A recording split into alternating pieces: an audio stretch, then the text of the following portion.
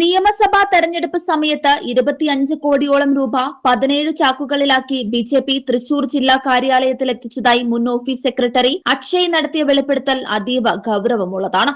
സ്വാധീനിക്കുന്നതിന് വേണ്ടി ജനാധിപത്യത്തെ അട്ടിമറിക്കുന്നതിന് വേണ്ടി വോട്ടർമാർക്ക് സാമ്പത്തിക രൂപയുടെ കള്ളപ്പണം ഈ തൃശൂർ നിയോജകമണ്ഡലത്തിൽ കൊണ്ടുവന്ന് ഒരുക്കിയിട്ടുണ്ട് എന്നുള്ള ഒരു വെളിപ്പെടുത്തലാണ് ബിജെപിയുടെ ഓഫീസ് സെക്രട്ടറിയുടെ ഭാഗത്തു നിന്നും.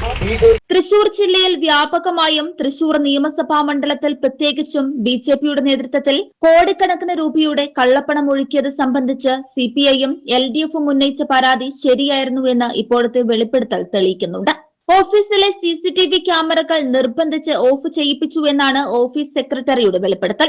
ഉത്തരേന്ത്യൻ സംസ്ഥാനങ്ങളിൽ ചെയ്യുന്നത് പോലെ കേരളത്തിലും തെരഞ്ഞെടുപ്പ് അട്ടിമറി നടത്തുന്നതിനായി ബിജെപി വൻതോതിൽ കള്ളപ്പണം ഒഴുക്കിയിട്ടുണ്ട്. കഴിഞ്ഞ തെരഞ്ഞെടുപ്പ് സമയത്ത് തൃശൂർ നിയോജക മണ്ഡലത്തിലെ ഒളരിയിൽ ഒരു സൂപ്പർമാർക്കറ്റിലും കാച്ചേരിയിലെ ഒരു അച്ചാർ നിർമ്മാണ കമ്പനിയിലും ബിജെപി നേതാക്കളുടെ നേതൃത്വത്തിൽ വോട്ടർമാരെ സ്വാധീനിക്കാൻ അനധികൃത ഭക്ഷ്യക്കിറ്റുകൾ തയ്യാറാക്കിയ സംഭവത്തിലും ലോക്സഭാ തെരഞ്ഞെടുപ്പ് സമയത്ത് ബിജെപി നേതാക്കൾ ഉൾപ്പെട്ട കൊടകര കുഴൽപ്പണ കേസിലും ഇഡി കേസ് രജിസ്റ്റർ ചെയ്ത് അന്വേഷണം നടത്തണമെന്ന് സിപിഐ ആവശ്യപ്പെട്ടിരുന്നു. എന്നാൽ യാതൊരു നടപടിയുമുണ്ടായില്ല.